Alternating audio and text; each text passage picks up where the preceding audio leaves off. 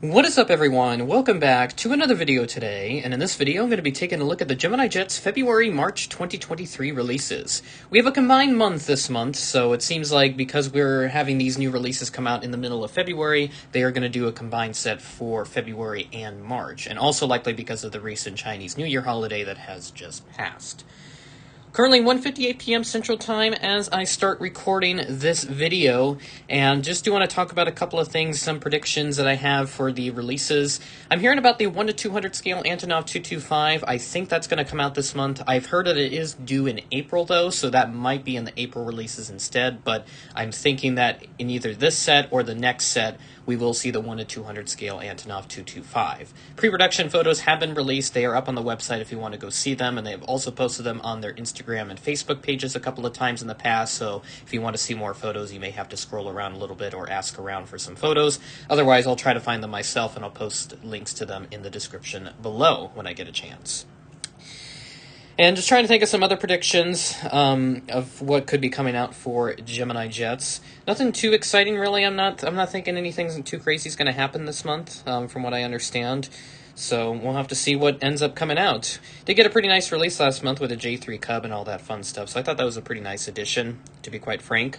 And seeing some of the releases on the website as well, none of them have sold out, it looks like, so all these releases are still available, and I just got the Instagram notification, so that does mean that they're starting to post the new releases on their social media pages, but I don't think their website has yet been updated. Actually, never mind. The website has been updated. So here we go, everybody. 1 to 200 releases we'll start off with like we always do.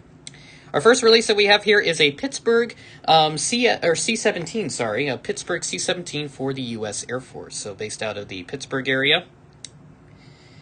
Second release that we have, again, you're going to have to pardon me for some of the cuts I'm going to have to make if there's any abrupt cuts or jumping up and down and all that.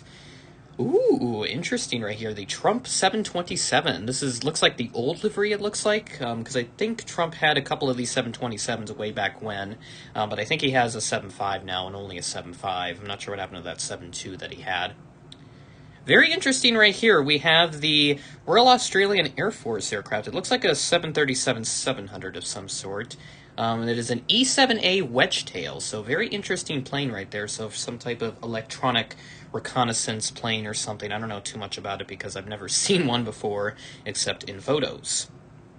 But a very unique release for 1 to 200 scale for sure. That'll definitely get some heads turning for those that do like the unique planes that Gemini likes to do.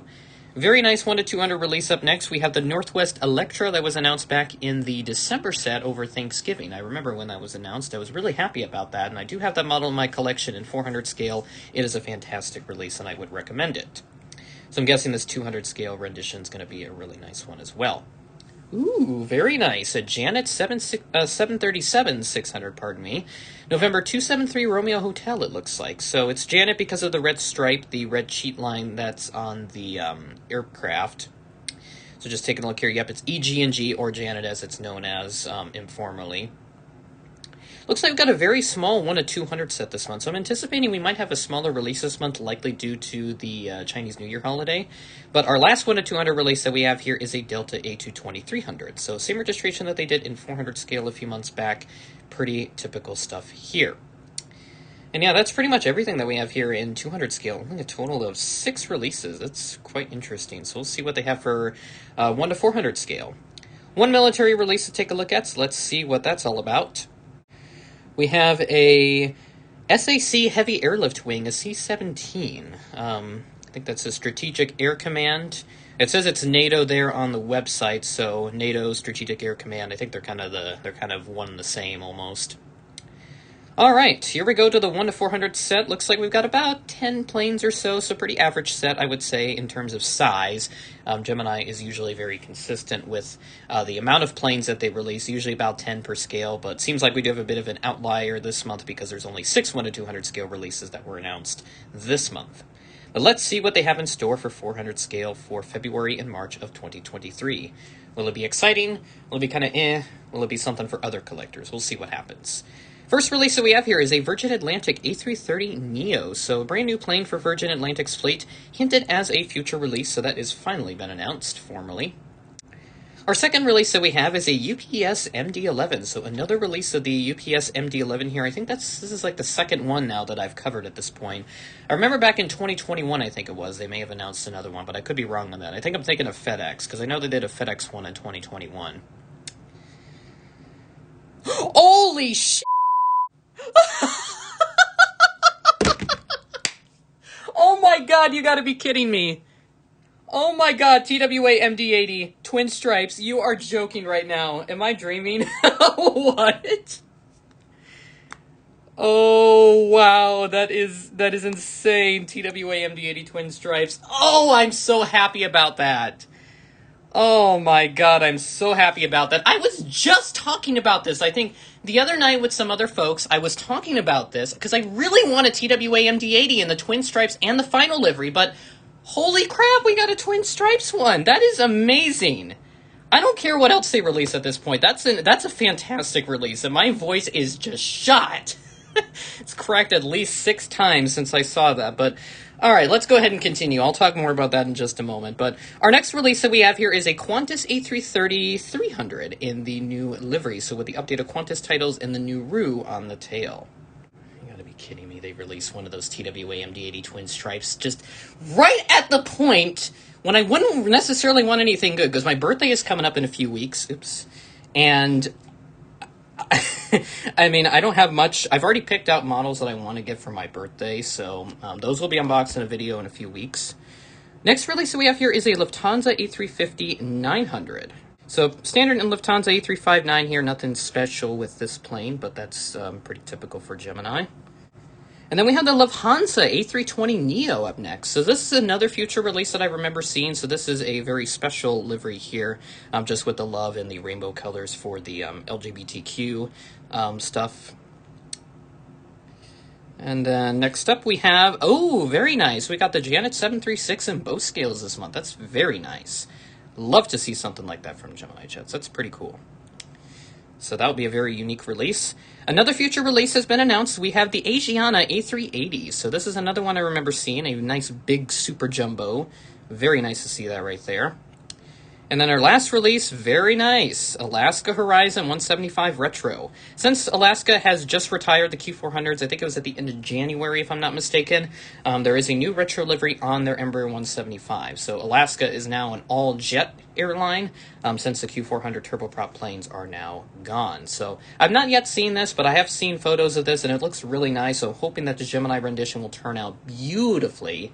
I know there's been some criticism with the wing flex, but if it has that, it is what it is at this point. You know, I don't really care about it too much, as long as it's not insanely ridiculous. And I think that is everything for this month. That is. Wow, okay, so the TWA MD80 Twin Stripes, that was a complete surprise. I was not expecting them to make something like that. That is impressive, and I kind of apologize for my little swear word that I had in there. I don't know how I tried to bleep it out best I can, so if it was a little, if the transition into the censor beep was a little off, I do apologize for that. I tried my best to make it fit in there, but yeah, that really caught me off guard. I was not expecting them to do TWA MD80 Twin Stripes. That is amazing. So I will definitely try to get my hands on that. I'm not sure how well that'll sell, but me personally thinks that it will stay on the shelves for a while, but I don't think it will. So it won't necessarily like sell out, but it won't also sit on shelves for 2 to 3 years or even more than that. I think it will sell moderately is kind of what I'm trying to say. Checking out some of the other releases here. Oh, I did miss one here. My apologies on that. I skipped over a release. We have the Condor 757-300 in the blue stripes livery. So that was a release I missed, so my apologies on that. I think I blame the Twin Stripes for getting me so hyped up.